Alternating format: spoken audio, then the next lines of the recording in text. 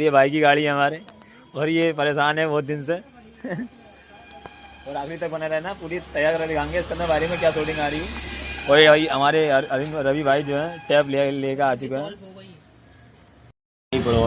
ना करा दूंगा रवि भाई यार, जब इतना काम तुमसे करा उसी भाई देख सकते हो भाई अब गाड़ी के अंदर डिस्प्ले आ चुकी है, इंडिकेटर भी काम कर रहा है बढ़िया तरीके से, हॉर्न भी काम कर रहा है। चला गया लेके दुनाली हाथ में दिन मैं तो मन ढूंढ पुलिसिया आऊंगा